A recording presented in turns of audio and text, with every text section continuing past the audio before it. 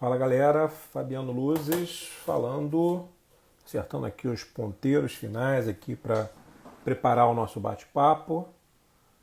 Desde já, ops, quase caiu aqui, perdão. Então, um abraço a todos, pessoal, agradecendo aí a presença desde já de cada um de vocês. Deixa eu já abrir aqui porque nosso amigo João Renda já está na área. Deixa eu ver aqui. Então, galera, desde já um abraço a todos. A gente agradece sempre a participação de vocês. Hoje a gente tem rodada dupla, né? Grande João. Grande Fabiano, boa tarde. Fala, meu Boa- querido. Boa tarde. Desculpa esse um minutinho atrasado aí, João. Sem problemas, está dentro da margem de tolerância. Menino, vou te falar, eu não sei, você voltou. É que você tá voltando. Já voltou já a jurisdição? Já tá atuando? Já voltei, já voltei. Rapaz, eu não sei o que está acontecendo com o povo, não. Nossos amigos, nossas amigas aqui que acompanham a gente. A quantidade de petição que está entrando, João, é um negócio de louco. Ontem fiz 25 audiências telepresenciais. Que bom, João, jura? E aí, como é que foi o resultado? Fizemos audiências iniciais, basicamente, uma Uhum, audiência una e algumas instruções que sabíamos que eram simples. Então, sei. era um processo em que as partes concordaram também com a realização da instrução telepresencial. Ah, legal. E é algo, né, que demanda uma colaboração de todos, demanda um período de adaptação, mas até que a pauta fluiu relativamente bem, fluiu com alguns acordos também. Ah, que Então, bom. Nilópolis, né? Nilópolis, estou na vara de Isso. Nilópolis. Ah, Uma vara muito bacana. boa, uma vara é, bastante célere, uma vara Verdade. muito, acho que muito boa para os jurisdicionados e para nós também, É que um abraço para o trabalhamos nosso amigo lá. Fernando, né? O Fernando Reis, que é um, é Sim, um, é um excelente magistrado, diga-se de passagem, né? O Fernando é um cara empenhado na jurisdição, é um cara empenhado na conciliação, é um cara empenhado na execução, assim, ele consegue agregar muitas características e tem uma formação anterior também, se não me engano, o Fernando é contador, não é isso também? ah, eu não sabia, não Eu acho, eu sabia. posso estar enganado, mas eu acho que o Fernando é contador também. Então ele tem uma experiência também em outro ramo de atuação. É legal porque uma vez a gente, quando eu fui da diretoria da Matra, eu acho que o Fernando já tinha saído, posso estar enganado. E aí, mas eu conversando com o Fernando, ele era diretor. Ele foi numa gestão anterior. Se não me engano, ele foi na gestão da nossa amiga Cleia. Depois eu fui na gestão do Ronaldo. Então, mas eu participei de algumas reuniões e vi o Fernando falando que, cara, ele tem uma linguagem diferente dos juízes tradicionais. Ele conhece um pouquinho mais de números do que o pessoal. E depois, eu acho, salvo engano, eu tenho quase certeza que ele é contador também. Mas a vara hoje, junto com, salvo engano, é a Nilópolis, com o Fernando, quarta vara do trabalho de São Gonçalo com Maurício Madeu, e eu não me lembro Primeira se é de a São João. primeira de Primeira São de São João, João. que é a de Fragale, mas o Felipe que está no exercício da titularidade, que hoje fazem o top 3, né? Top, do ranking do IDV. De repente o pessoal não sabe que isso existe, né, pessoal? Mas existe um ranking de eficiência de unidades jurisdicionais no estado do Rio de Janeiro. Então, essas três varas, elas ficam mês a mês, junto com a 18ª do Marco, junto com a 26ª do Segal e mais umas duas ou três, elas ficam alternando entre elas pelo resultado das primeiras colocações. Isso é uma competição sadia, né, João? Eu acho que é uma competição sadia, porque mostra, assim, no final troca experiências, troca resultados positivos. Não sei, eu acho que é positivo. Mas realmente uma vara muito boa de se trabalhar. Estou me adaptando a essa nova realidade, porque voltei há pouco tempo, tive um período licenciado, né? Mas me adaptando até a matérias novas, né? Várias alterações legislativas. Verdade. E E depois dessa experiência que eu tive, estudando um tempinho fora, é curioso também que a gente passa a olhar para algumas realidades e para determinados fatos com outros olhos, assim, né? Espero poder compartilhar hoje um pouquinho disso com vocês também. Esse olhar, né, João? Você, quando analisou, e é interessante porque você saiu de uma realidade, né, na jurisdição nossa, a gente, por mais que o juiz seja, né, inerte, claro que essa inércia é quanto à, né, à prática de alguns atos, né, não todos, porque porque a jurisdição, depois provocada, a gente tem a prática dos nossos atos de ofício. Mas é interessante porque, por mais que nós sejamos inertes, nós não deixamos de ser pessoas críticas, né? Alguns estudiosos, como é o seu caso, então a gente analisa os casos, muitas das vezes, mas como um dos agentes daquela relação, né?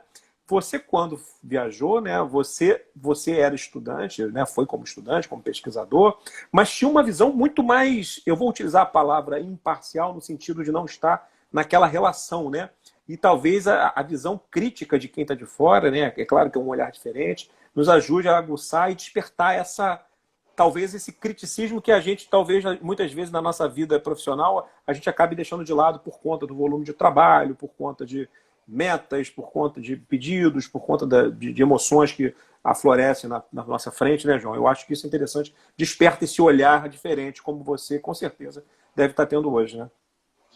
Com certeza, e eu não posso deixar de parabenizar vocês também pelas 2 brilhantes lives já essa semana. Uma com a Bárbara Ferrito, foi excepcional, tive a oportunidade de acompanhar ao vivo, e ontem com o Berthier. Aliás, eu me sinto honrado e privilegiado de participar dessa semana, porque tantas feras, e muitos deles foram meus professores. O Berthier foi meu professor na UERJ em 2004, nós fizemos um abaixo-assinado para que ele continuasse como nosso professor de Direito do Trabalho, porque haveria uma substituição.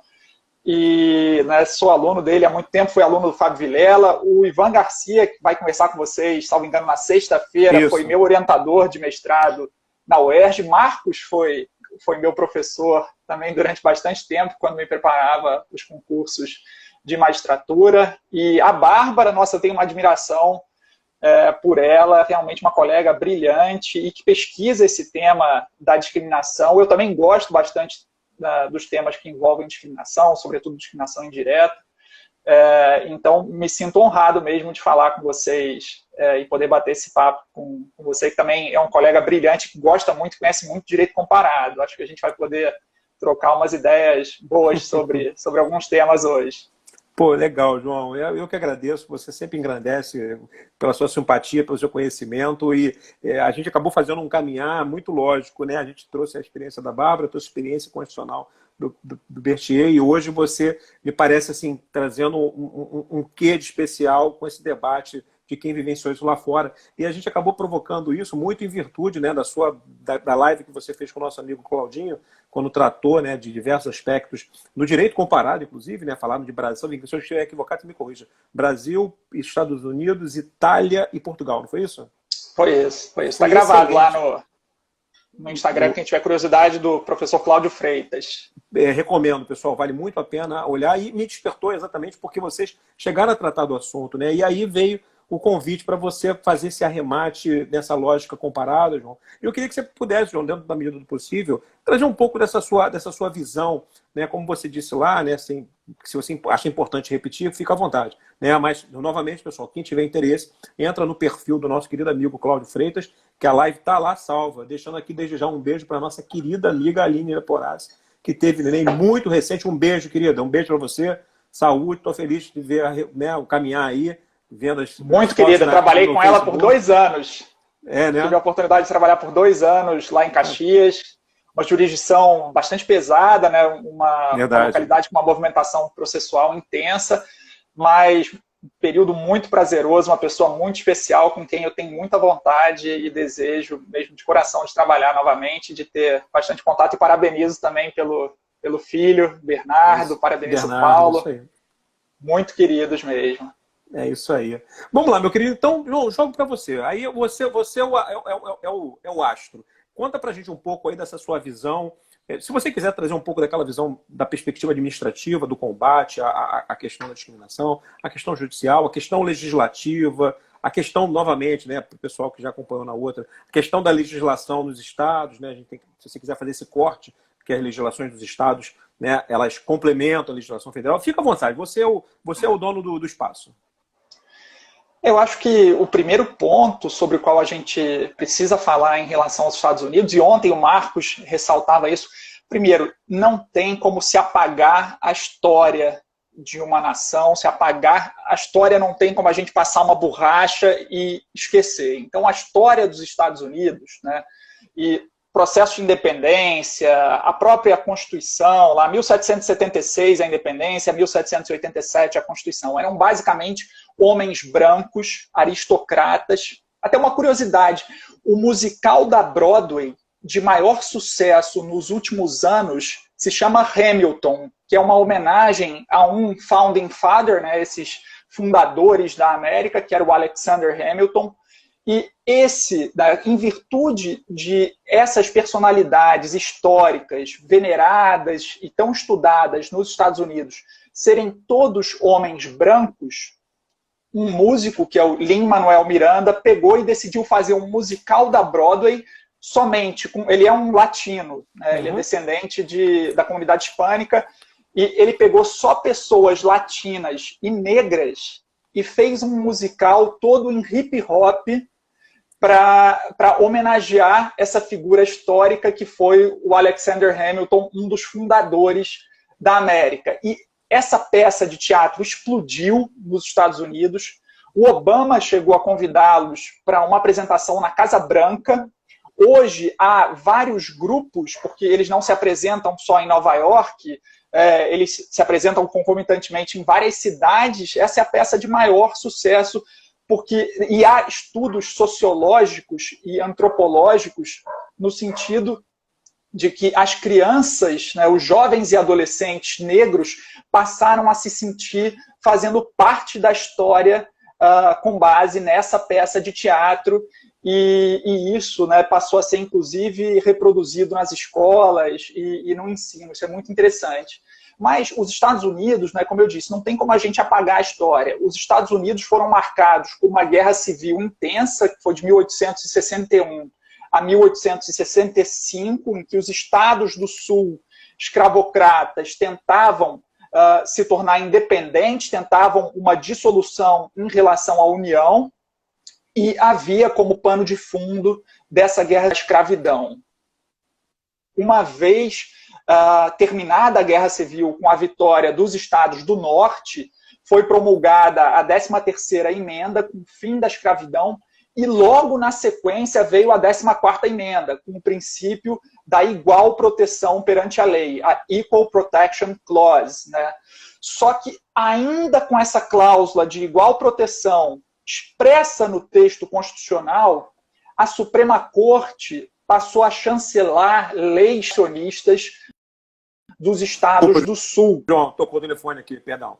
Sem problemas. Leis segregacionistas dos estados do Sul, as chamadas leis Jim Crow. Jim Crow era um personagem negro, era um personagem...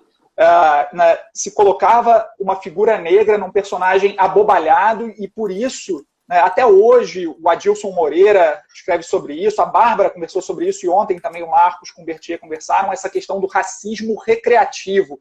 A gente nem se dá conta. O próprio Fabiano outro dia falava, e não só o racismo recreativo, mas o preconceito recreativo, como isso é ainda uma presença muito constante aqui, até no meio desportivo, né? Nós vemos as torcidas de futebol, essas brincadeiras com quem torce pelo Fluminense ou quem torce pelo Flamengo. Eu vejo figuras de WhatsApp, muitas vezes, fazendo associações nesse sentido, né? E a gente precisa refletir sobre isso. Realmente, isso lá fora é muito mais estudado e é muito mais percebido do que aqui. A gente precisa abrir os olhos e ter consciência em relação a isso. Mas, como eu vinha dizendo, a Suprema Corte, lá no caso Plessy versus Ferguson, chancelou, e com o seu selo de constitucionalidade, uma lei do estado de Louisiana, né, esse caso é de 1896, e a lei de Louisiana previa a existência de vagões separados nos trens para brancos e para negros. E uma pessoa que tinha 1/8 de sangue negro decidiu se sentar num vagão destinado a brancos, e a questão foi parar na Suprema Corte. A Suprema Corte disse que aquela prática era lícita, era legítima, porque havia oferta de espaços e vagões tanto para brancos quanto para negros. E essa é considerada, os americanos gostam muito de fazer top 10, né? Eleger os 10 melhores ou piores. Essa é considerada uma das 10 decisões mais infelizes da história da Suprema Corte. E essa separação, essa política dos separados mais iguais perdurou até o julgamento do caso Brown versus Board of Education em 54, ou seja, quase 60 anos de um verdadeiro apartheid. E até hoje isso é muito forte lá, isso é muito mais discutido lá, e isso é muito discutido também em relação às relações de emprego, muito mais do que aqui, com teorias, instituições especializadas, esse mito de que os Estados Unidos não têm direito do trabalho, sobretudo no que diz respeito à discriminação no emprego, né, e isso está muito longe de ser verdade, e eu posso trazer alguns dados e algumas informações para vocês também. Eu acho bacana, João, a gente conversar sobre esse assunto, interessante, porque a gente tem uma tendência, né? Você é um pouco mais novo que eu, tô um pouco mais novo, eu estou valorizando um pouco a minha vida, né? Pra falar a verdade, você acha que é bem, né? Eu estou com 44, você está com 30 e um pouco, né, João? 37. É, um garoto ainda, né? Eu estou com 44. A gente aprende algumas coisas interessantes. A história ela é contada pelos vencedores, né? De fato, a gente aprende, por exemplo, eu fiquei muito feliz da minha filha, só para fazer um paralelo sobre isso. A minha filha, um dia desse, na aula de história, numa escola anterior à que ela está atualmente, ela estava estudando sobre história, e aí eu falei para ela, minha filha, o pessoal na escola está ensinando para você quem descobriu o Brasil. Ela fala, papai, mas o Brasil não foi descoberto. Eu achei aquilo engraçado, né? Porque é assim que a gente aprende, né?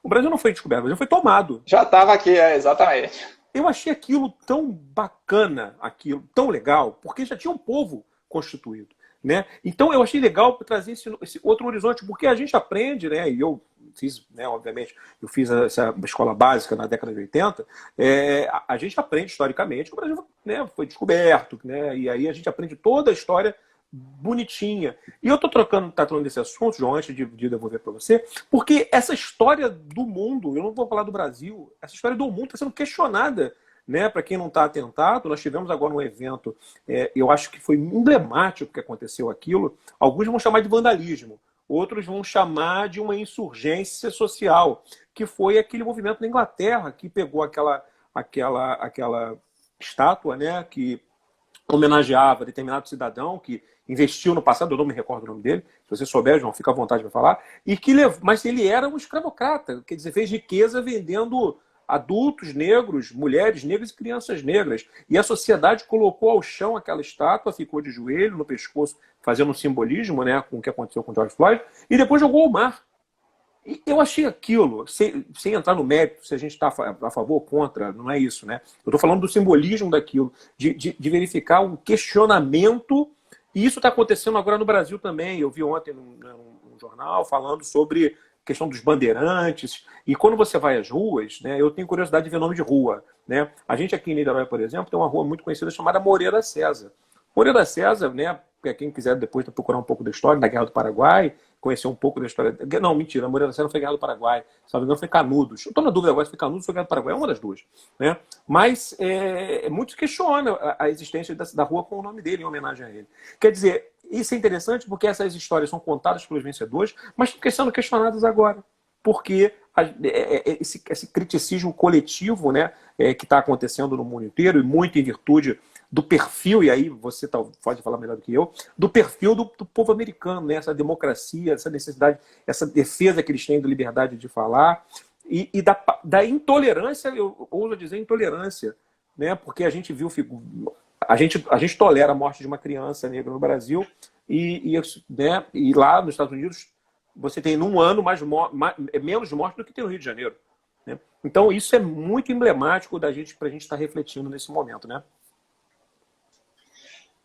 Mas, com certeza, eu acho que isso é muito mais forte lá do que aqui, né? Esse criticismo em relação a determinados aspectos históricos, questionando quem foram determinados personagens históricos. Eles lá questionam muito, inclusive durante o processo de independência. O próprio George Washington tinha escravos, né? Levou lá para Filadélfia, levou escravos negros, eram da Virgínia, James Madison, Washington.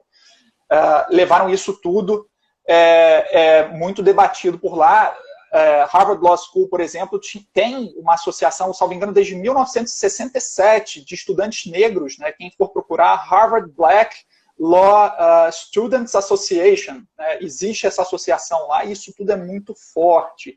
Mas voltando um pouco para o debate jurídico e um pouco do que eu falava em relação, né, à perspectiva histórica, a 14ª emenda, ela trazia a cláusula de igual proteção, mesmo assim a Suprema Corte havia interpretado, né, que seria válida a segregação racial, né, e chancelou com um selo de constitucionalidade essa segregação racial, só que mesmo depois que a Suprema Corte superou esse entendimento, lá com Brown versus Board of Education, havia um problema, porque nos Estados Unidos prevalece uma doutrina, uma teoria segundo a qual as normas esculpidas na Constituição, elas regem somente as relações entre o Estado e os indivíduos, não se aplicando de forma imediata nas relações entre particulares. Aqui no Brasil, já há bastante tempo, predomina a teoria da eficácia direta e horizontal dos direitos fundamentais, inclusive nas relações entre privados. Teoria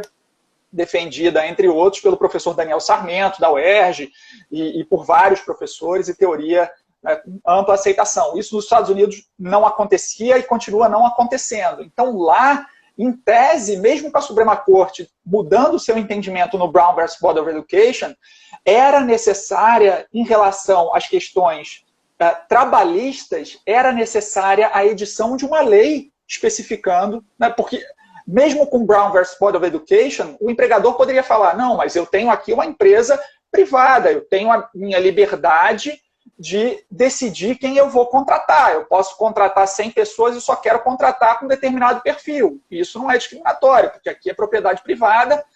Então, houve uma grande pressão social, junto com o movimento dos direitos civis, lá do Martin Luther King, na década de 60, houve pressão para que fosse aprovada uma lei antidiscriminação. E eles aprovaram o título 7 do Civil Rights Act, a Lei de Direitos Civis, em 1964, e essa lei é um marco histórico antidiscriminação. Há uma foto, há várias fotos muito famosas do Lyndon Johnson assinando com Martin Luther King e vários ativistas atrás e ao lado dele, porque realmente essa lei é celebrada até hoje. Eu, quando estudei agora em Harvard, houve uma eleição entre os alunos sobre qual a sua lei favorita. Essa foi escolhida, a lei favorita por ampla maioria. Que barato, o título 7 do Civil Rights Act é uma lei celebrada até hoje em virtude de vedar a discriminação nas relações de emprego, seja no acesso a emprego, seja em sua manutenção. E os Estados Unidos contam com uma agência administrativa federal especializada em receber reclamações trabalhistas sobre isso. Isso engloba também assédio sexual e várias outras questões. A jurisprudência, tanto administrativa quanto judicial, é vasta. A Suprema Corte lá pode dar a última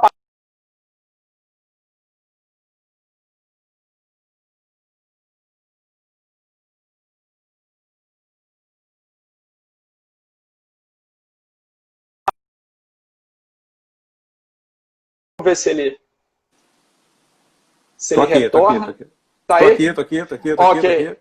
Então, há ampla jurisprudência e são vastos os casos na Suprema Corte sobre discriminação racial, sobre discriminação por gênero, por idade, né, por religião também. Há vários casos e isso é estudado. Eu, por exemplo, em Harvard, pude assistir a uma disciplina durante um semestre inteiro de discriminação no emprego. Né, disciplina excepcional, com o que eles chamam de casebook. Eu brinco que aqui os nossos estudantes de direito costumam andar com vademecum debaixo do braço.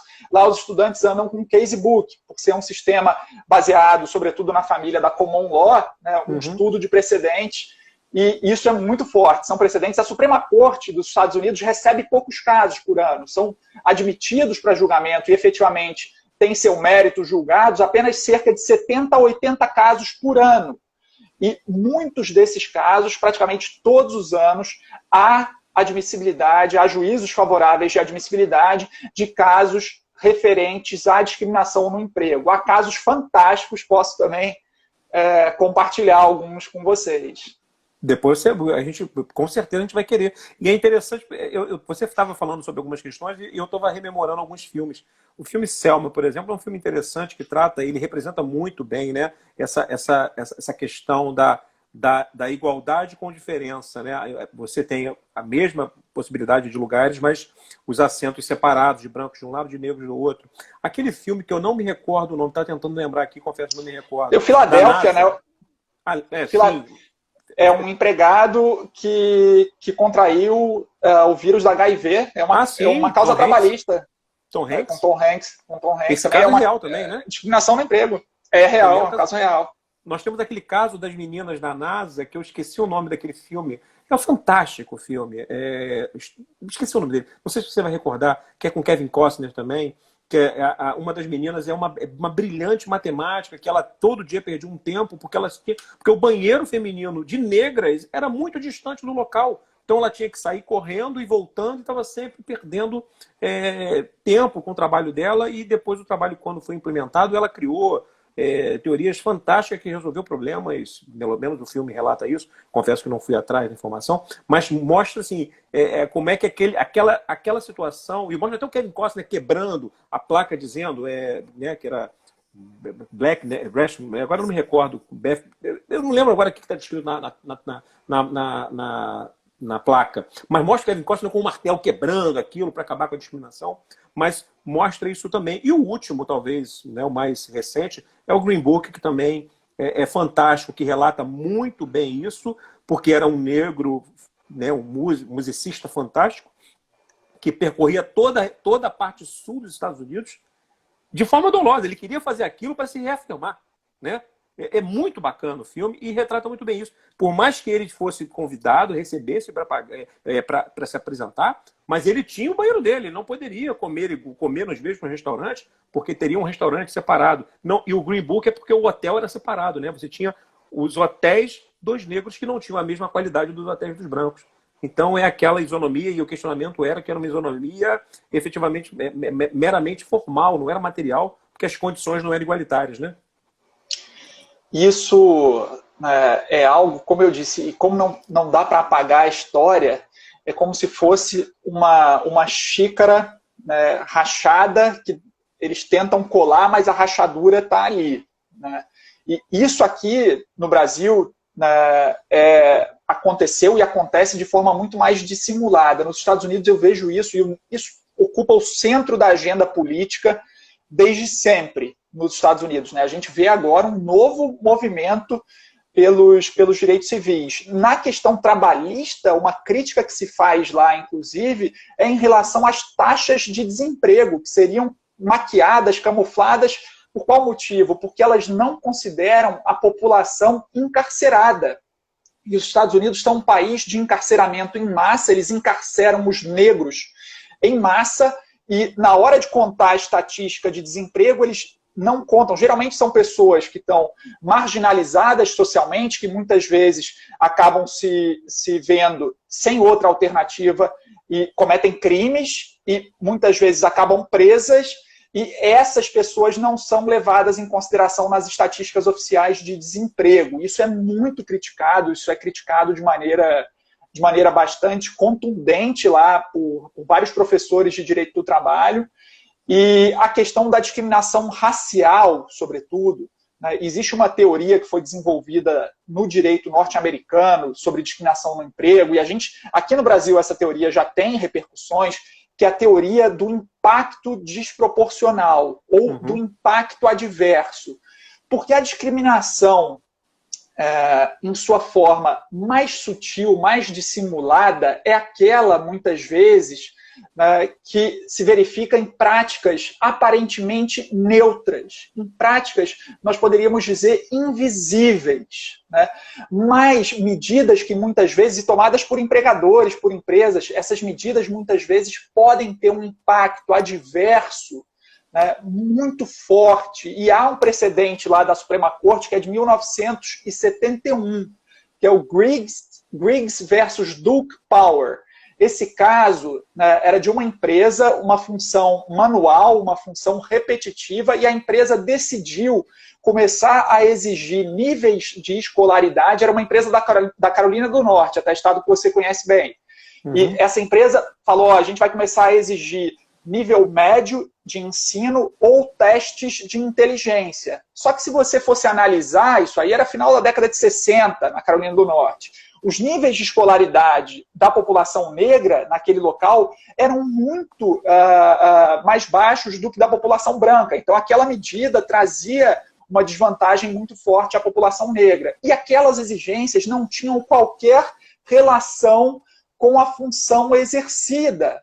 Então, a Suprema Corte entendeu que aquilo ali era uma forma de discriminação indireta, uma discriminação chamada por impacto desproporcional ou por impacto adverso. E essa teoria já chegou aqui, chegou até a ser aplicada já no STF, expressamente, numa ADI em 2003, que versava sobre o teto de benefícios do INSS, e entendeu-se que não seria constitucional a fixação de teto para o salário e maternidade, porque isso traria uma discriminação às mulheres no mercado de trabalho, mas lá isso é muito forte, né? Vou dar alguns outros exemplos. Questão de exigência de antecedentes criminais, se isso não tem qualquer relação com a função desempenhada. Isso é lícito, isso é válido. E até não só falando também na discriminação racial, também as questões de discriminação por gênero. Uma empresa de segurança privada, para a posição de vigilante armado, essa empresa pode exigir peso e altura mínimos, 1,75 m e 75 quilos de peso. Isso é lícito para admitir vigilantes? Né? Não me parece relacionado ao desempenho do trabalho. Então, essa é uma prática, a meu ver, discriminatória. E eu estou me baseando, estou citando esses exemplos com base em casos da Suprema Corte dos Estados Unidos. Antecedentes criminais, peso e altura mínimos, quando não há qualquer correlação com a função a ser exercida pelo trabalhador. Uma outra questão que eu acho interessantíssima, diz respeito à religião, né, e a vestuário. Uma empresa, por exemplo, que proíbe o uso de adereços sobre a cabeça. Olha, aqui na nossa empresa ninguém pode usar boné, chapéu ou qualquer adereço sobre a cabeça. Nos Estados Unidos, um país muito plural, sobretudo em relação a questões religiosas, isso traz uma discriminação em desfavor de muçulmanos e judeus, por exemplo. E já há precedente da Suprema Corte entendendo que esse é um caso de discriminação por impacto desproporcional. A jurisprudência é vasta lá, então acho que a gente tem muito a aprender com o direito do trabalho deles, também em relação à discriminação indireta e a essas questões. Olha que coisa interessante, né? E porque a gente acaba comprando muitas ideias e não tem a curiosidade de pesquisar, né? A gente recebe informações de percentual, de número de ações, percentual que os Estados Unidos é o berço do liberalismo que não tem proteção, e é por isso que eu acho que essa quebra de paradigmas é importante. E isso é interessante que você vê, para a gente aprender com eles. E até por aprender com eles, João, é uma dúvida que eu tenho. Eu até mandei a pergunta lá no dia para você, Cláudio, mas eu acho que o Cláudio não conseguiu repassar. Dentro da teoria do impacto desproporcional, eu pergunto para ti, se lá nos Estados Unidos eles utilizam como elemento probatório em algum momento, seja por indício de prova ou por prova mesmo, a questão estatística. Porque quando a gente vê os filmes, a gente vê que a liberdade probatória deles, pelo menos, todos os elementos são levados, pelo menos da forma, pelo menos em filme, né? Claro que o filme tem um pouco romanceado, né? De acordo com o diretor. Mas a minha pergunta é em sentido prático. Eu, por exemplo, se eu estou fazendo uma análise, por exemplo, de uma class action, que eu envolvo aquele caso, eu acho que foi do Walmart, não foi que foram 3 empregados que representaram 1.500, 1,5 milhão de pessoas, não foi isso? Acho que foi isso, né?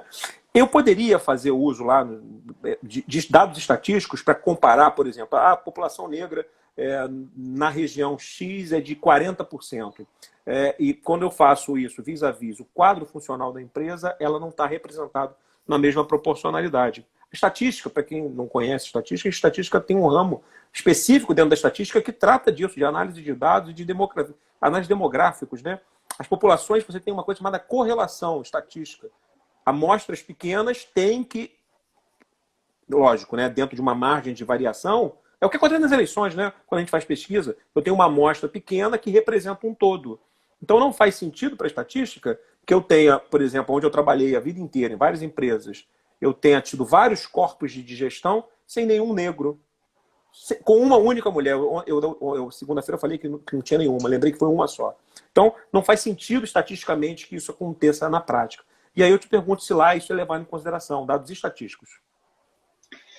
Bom, primeiro quero agradecer mais uma vez, vejo muitas pessoas queridas aqui que ingressaram, o doutor Ivan, que também muitas vezes nos acompanha, inclusive que ele mandou uma pergunta aqui, cada estado dos Estados Unidos tem uma lei do trabalho em relação à discriminação no emprego, especificamente, não há óbice a que os estados editem leis mais protecionistas do que as leis editadas pela União. Há várias leis sobre discriminação no emprego, federais, e os estados podem legislar. Por exemplo, a lei federal não contempla expressamente a proteção contra a discriminação por orientação sexual e identidade de gênero. Mas eu sei que 29 dos 50 estados possuem leis estaduais que vedam a discriminação com base nesses elementos de identidade. Então, há várias leis estaduais. Eu costumo citar a lei do Kentucky, que me pareceu bastante curiosa quando eu vi, porque ela proíbe expressamente toda e qualquer discriminação pelo fato de um empregado ser fumante ou não fumante. Né? Um elemento bastante surpreendente. Quando eu vi isso me marcou.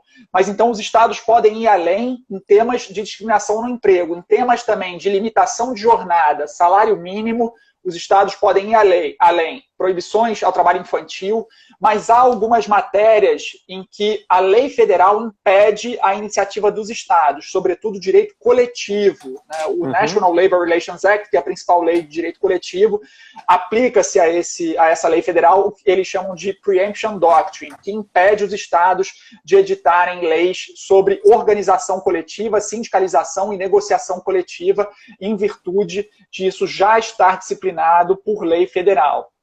Mas, em relação à pergunta que o Fabiano, né, que você me fez, essa pergunta é muito pertinente, é um debate, acho que inclusive aqui, a questão da utilização de dados estatísticos para ações sobre discriminação no emprego. Isso é muito controvertido e muito polêmico, inclusive nos Estados Unidos, porque uma ação fundada única e exclusivamente com base em estatísticas, essa ação vai ter muita dificuldade de prosperar, tanto aqui quanto lá. Mas essas estatísticas são utilizadas em ações relacionadas à discriminação no emprego, mas muitas vezes elas são utilizadas em conjunto com outros elementos. Porque a estatística sozinha, né, você tem que analisar, sobretudo, e essas ações precisam ter um cuidado muito grande de analisar realidades locais, características do mercado de trabalho local, da mão de obra disponível naquela localidade, para que se comprove, por exemplo, se uma política de seleção de empregados, de fato, está gerando um impacto adverso e discriminatório ou não, se aquilo ali é uma discriminação indireta ou não.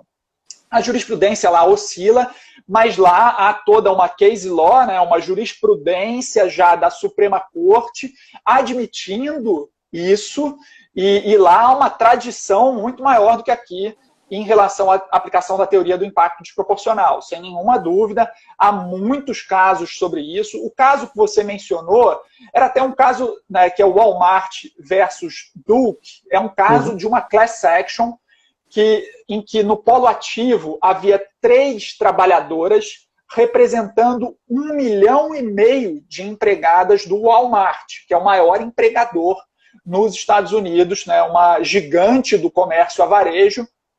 E foi feito um estudo em relação às mulheres dentro da estrutura do Walmart e nas posições inferiores, caixa, atendente, as mulheres eram maioria, cerca de 60%. À medida em que se analisavam cargos superiores, como gerente de setor, gerente de loja, os percentuais de mulheres passavam a ser bem mais reduzidos, até que nos postos de primeiro escalão da empresa, de direção e controle da empresa, as mulheres ocupavam um percentual ínfimo, cerca de 3%. Mas essa ação, as reclamantes tiveram êxito, mas isso chegou à Suprema Corte e a Suprema Corte extinguiu sem resolução de mérito esse caso, por entender, né, em virtude de um critério processual, das regras federais de processo civil, a Suprema Corte entendeu que uma condição da ação, que se chama commonality, que é a questão comum, não havia questão comum para juntar toda aquela classe, né, não havia um liame ali para juntar todas aquelas mulheres para que elas pudessem estar representadas numa class action, em virtude de os critérios de promoção dentro do Walmart terem muitos elementos subjetivos. Foi essa, e muitos falam abertamente, olha, foi essa a solução que a Suprema Corte adotou para não julgar o mérito, e já ouvi até um professor dizendo, a Suprema Corte disse, não, essa aqui tem gente demais mesmo, essa aqui não dá para a gente apreciar. Mas há um relatório de um grande escritório de advocacia empresarial nos Estados Unidos, que se chama Seyfarth Shaw. Até o professor Cássio Casagrande já escreveu um artigo sobre esse relatório, e hoje, por acaso, eu o consultei. Eu estou finalizando aqui para mandar, se Deus quiser, futuro livro aí a ser publicado, vou mandar semana que vem para a editora, e fiz questão de inserir esses dados. Por quê? Porque essas class actions, por exemplo, em matéria de salário e horas, eu fui ver os valores dos maiores acordos em 2019. Os 2 maiores acordos em class actions sobre salário mínimo e horas extras foram celebrados cada um no valor de 100 milhões de dólares. E isso para resolver por intermédio de acordo. Salvo engano, um caso era da Califórnia e outro, se eu não me engano, do Arizona, valores muito altos. Indiscriminação no emprego, o caso, a class action que foi resolvida com um acordo em um montante mais elevado, esse montante foi de 41 milhões de dólares. Então, valores realmente muito expressivos, valores vultuosos. Esse campo de discriminação no emprego, sobretudo por conta dessa possibilidade de manejo de ações coletivas, isso é muito desenvolvido, e o debate nos Estados Unidos está muito além do nosso aqui, onde o MPT mesmo já tentou ajuizar ações baseadas em estatísticas, com base em teoria do impacto desproporcional, mas as ações das quais eu tenho conhecimento, muitas tiveram dificuldades no judiciário, porque isso aqui ainda não é tão desenvolvido, muito embora o próprio STF, como eu disse, num voto do Nelson Jobim, lá em 2003, já tenha citado expressamente a teoria do impacto desproporcional e já tenha aplicado num caso concreto.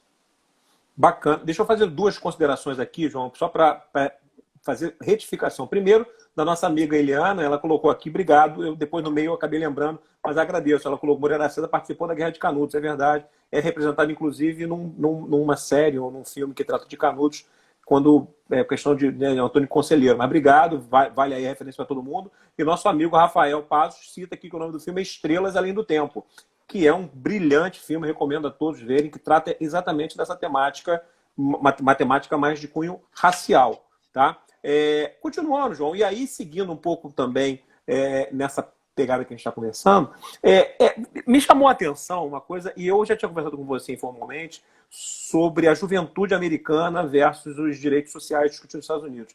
Mas vamos tentar compartilhar aqui com nossos amigos, a gente ainda tem 16 minutos, salta aos olhos muito até esses movimentos de rua que estão acontecendo, a presença maciça de brancos e jovens, em alguns casos até famílias, mas principalmente a juventude americana branca, naturalmente branca, que não estaria efetivamente impactada de forma direta, apesar de que a gente recentemente, né, a professora Djanina, não é isso? Eu agora não lembro o nome dela, que é uma filósofa, e o Heraldo Pereira falou sobre isso também, né, citando um poeta que eu não me recordo agora o nome, que o racismo é muito ruim até para o racista. Então, me saltou aos olhos esse fato positivo, no sentido de muitos jovens brancos estarem com essa perspectiva nova de essa visão mais solidária, mais social. E aí eu pergunto para você que ficou lá um tempo razoável, né? Como é que você enxerga essa juventude americana nesse sentido mais social? Porque quando a gente fala de discriminação, a gente está falando de igualdade social, né? Se a gente analisar a ferro e fogo, né? Então, a ferro e fogo é até uma palavra ruim também, né? Porque ela também denota essa perspectiva racial infeliz da nossa história. Mas o que você pode falar para o pessoal, João, sobre isso, sobre essa movimentação social, principalmente da juventude, quanto uma possível busca de isonomia de direitos sociais e de direitos para todos aqueles que encontrem-se naquela sociedade?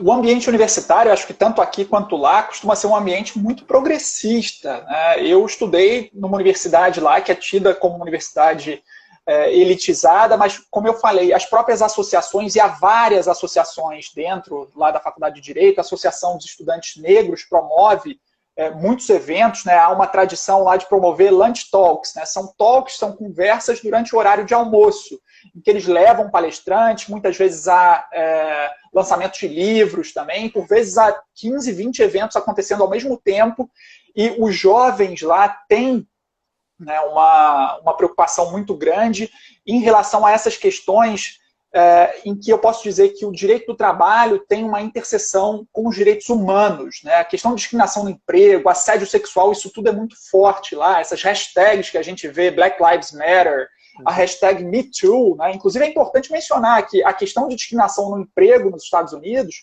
ela é tratada também, o assédio sexual é tratado como uma questão de discriminação no emprego, e os precedentes são muito vastos também sobre essa matéria. Há um caso lá de 1986, que foi de uma garota de 19 anos, negra, né, uma caixa bancária que estava no seu primeiro emprego e começou a sofrer investidas do gerente dela, né, do gerente bancário.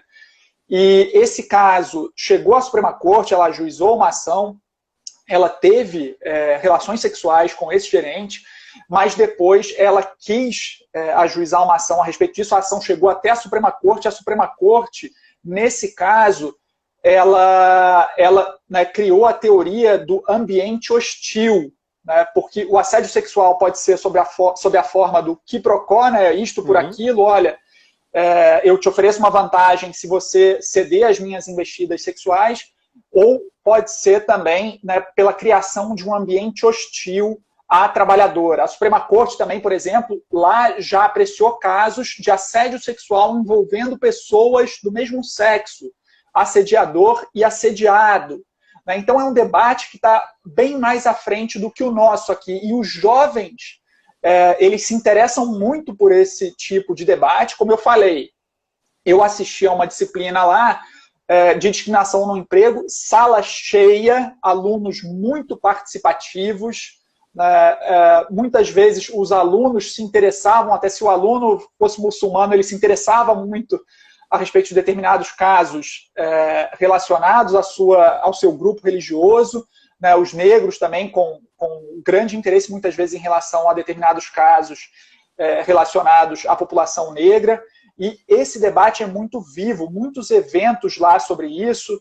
Né, o colega Adilson Moreira, que eu disse que estuda e tem um livro excepcional sobre racismo recreativo, né, algo que aqui no Brasil ainda é muito pouco debatido, né, esse preconceito recreativo que existe em larga escala aqui, mas isso lá, eu acho que já o debate lá está alguns degraus acima e além do nosso, como eu disse. A gente precisa trazer essas questões, eu acho que de forma um pouco mais intensa aqui para o nosso debate em relação ao direito do trabalho. Porque eu vejo o direito do trabalho muito desprestigiado, inclusive lá na Suprema Corte dos Estados Unidos, em algumas questões de direito coletivo, né, sindicatos, em questões que dizem respeito a enxergar o trabalhador como uma parte hipossuficiente.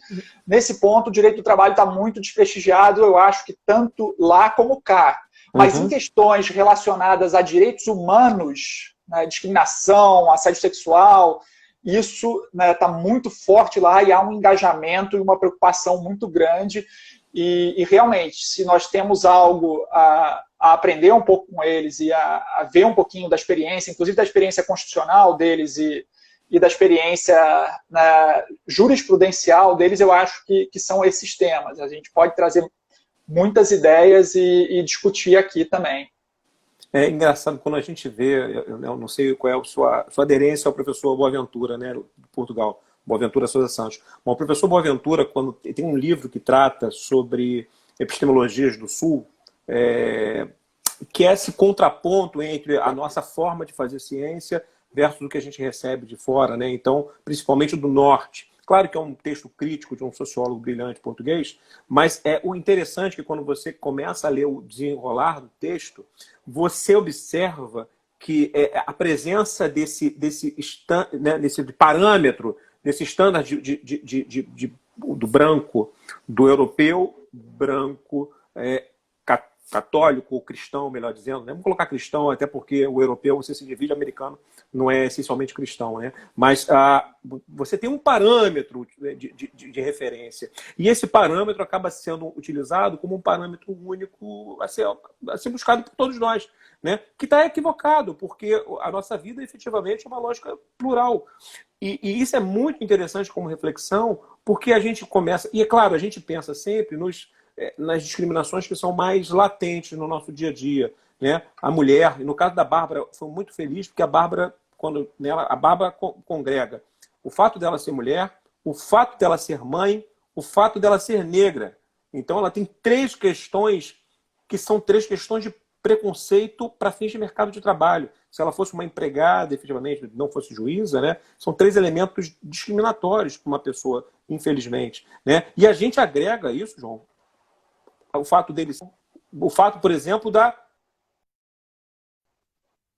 gordofobia, né? A gente hoje tem isso vulgarizado nas televisões, né? O fato de ser vinculado ao peso da pessoa, à idade da pessoa, né? Então nós temos diversas discriminações, né? Tirando a questão da discriminação recreativa, como você bem pontuou, e a gente brincou até, eu e Marcos, a gente até brincou entre a gente, porque no flamenguista, você é flamenguista também, então fica mais fácil da gente falar sobre isso, né? O flamenguista, a gente costuma brincar, a sociedade brasileira, relacionando ao negro, e o tricolor fluminense com relação à homossexualidade. Quer dizer, a gente banaliza demais esses elementos preconceituosos no nosso dia a dia, inclusive na questão de colocar apelidos que chegam na Justiça do Trabalho depois, apelidos que são que a pessoa não gosta, né? Então, mas a gente banaliza muitos, e a gente sempre pensa, a questão da mulher e a questão da etnia são os pontos talvez mais e a questão religiosa, obviamente, tem que esquecer dela.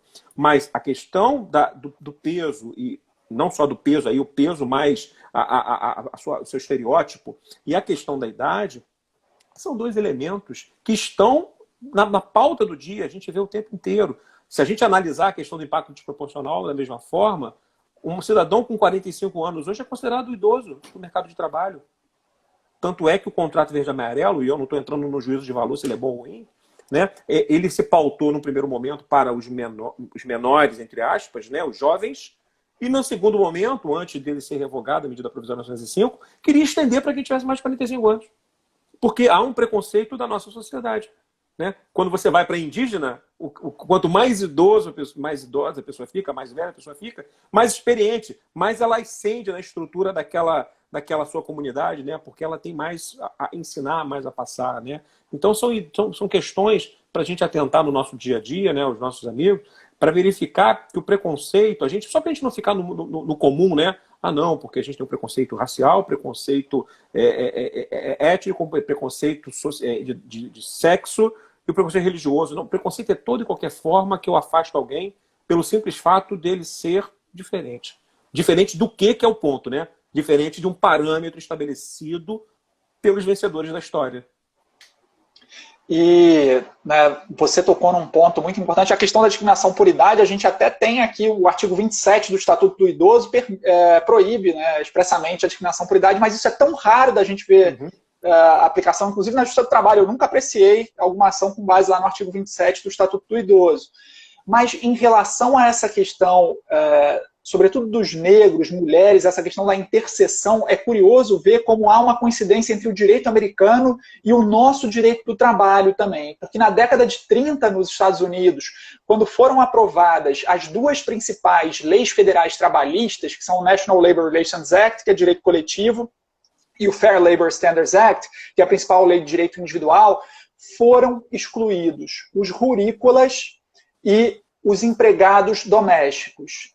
Ou seja, sem que a lei utilizasse uma única palavra discriminatória, ela fez um strike discriminatório, as 2 leis, porque excluíram essas populações. Como a Bárbara bem disse na segunda-feira, sobretudo as domésticas, né? As domésticas são uma interseção entre negras, mulheres e pobres, né? Por conta disso, há uma discriminação muito forte. Ontem eu vi também o Berthier, por exemplo, falando, né, por que eu dou aula na PUC, o Berthier comentando, né, por que eu dou aula na PUC 2 dias por semana e sempre fui considerado empregado e nunca aquilo ali foi questionado. E no caso das domésticas, né, a emenda constitucional coloca essa questão do número de dias. Isso aí é um critério discriminatório de alguma forma. Se fossem aplicados basicamente aqueles elementos do artigo 2º e 3º da CLT, talvez a conclusão fosse outra. Uhum. E o Brasil também tem uma exclusão histórica em sua legislação trabalhista de rurícolas e domésticas, né? Lá nos Estados Unidos, na década de 30, o Roosevelt precisava do apoio dos senadores de estados do Sul, e por isso ele concordou com essa exclusão. Eles chamam lá isso de uma exclusão histórica de domésticos e rurícolas. Até hoje luta-se contra isso, é um debate ainda muito acalorado no campo do direito do trabalho por lá, seja no âmbito federal, seja nos âmbitos estaduais. Mas acho que a gente está com uns minutos aí contados. A gente tem mais 2 minutinhos. E, de fato, a CLT, a gente conversou com a Bárbara, né? A própria CLT, em 43, ela exclui textualmente os domésticos e os rurícolas da sua abrangência de proteção. E, obviamente, quando você olha a formação histórica dessas duas categorias, é indissociável uma coisa da outra, né? Do negro que saiu daquele estado de escravidão para aquele que trabalhou na casa e trabalhou no campo, né? Então a lei já nasce, a proteção já nasce com uma perna menos, né? Infelizmente no Brasil e, como você disse, também nos Estados Unidos. João, querido, mais uma vez eu não tenho como agradecer a sua disponibilidade, eu não tenho como agradecer a sua simpatia com o pessoal que segue a gente. Você sempre muito solícito e passando esses seus conhecimentos. Deixo aí para você, João, esse minutinho final para você fazer suas considerações finais do que você entender no tema, quiser falar alguma coisa. Fico muito feliz de saber que o projeto do livro está caminhando. Pode ter certeza que no dia do lançamento você é um dos primeiros lá. Faço questão de estar lá para colher a assinatura, que essa assinatura, depois da assinatura do autor, ele vale o dobro. Eu que agradeço a vocês, Fabiano, foi uma honra e um privilégio conversar aqui com você. Parabéns por trazerem essa temática, é muito importante trazer essa temática, trazerem pessoas tão gabaritadas aqui, Bárbara, né? Inclusive, né, o colega Léo Belo, que falou semana passada sobre domésticas já também, foi brilhante ao abordar essa temática, né? Sei que o Fábio Vilela vai conversar daqui a pouquinho com vocês. Eu só tenho a agradecer. Você me perguntou sobre os jovens. Uma reclamação dos alunos na Faculdade de Direito de Harvard é que as paredes da faculdade tinham muitas fotos e pinturas só de homens brancos. E a faculdade estava tentando mudar aquilo. Eu espero que isso sirva como uma inspiração para todos nós. Muito obrigado a todos que assistiram. Vi vários colegas aqui muito queridos. Peço desculpas por não citar nominalmente, mas obrigado a todos, um grande beijo e abraço a vocês. João, querido, obrigado mais uma vez. Pessoal, um grande beijo a todos, a gente agradece sempre a audiência de vocês. O objetivo da gente é sempre trazer o que há de mais importante, de mais relevante. Às vezes não é tão prático, mas a vida não é só praticidade, a vida às vezes é reflexão. E o que a gente está fazendo aqui essa semana é trazer reflexão para todos vocês. Tá bom? Daqui a pouco, gente, 7 horas, não se esqueçam, Marcos Dias vai estar com o nosso querido Fábio Vilela. Vai ser muito legal. Acompanhem, curtam, vão lá, deem a opinião de vocês. Eu vou estar lá, eu não vou deixar de não. Tá bom? Gente, grande beijo, João. Beijo para ti, querido. Obrigado mais uma vez, tá bom? Conversando que a gente se entende. Boa! Um forte abraço. Valeu. Tchau. Tchau.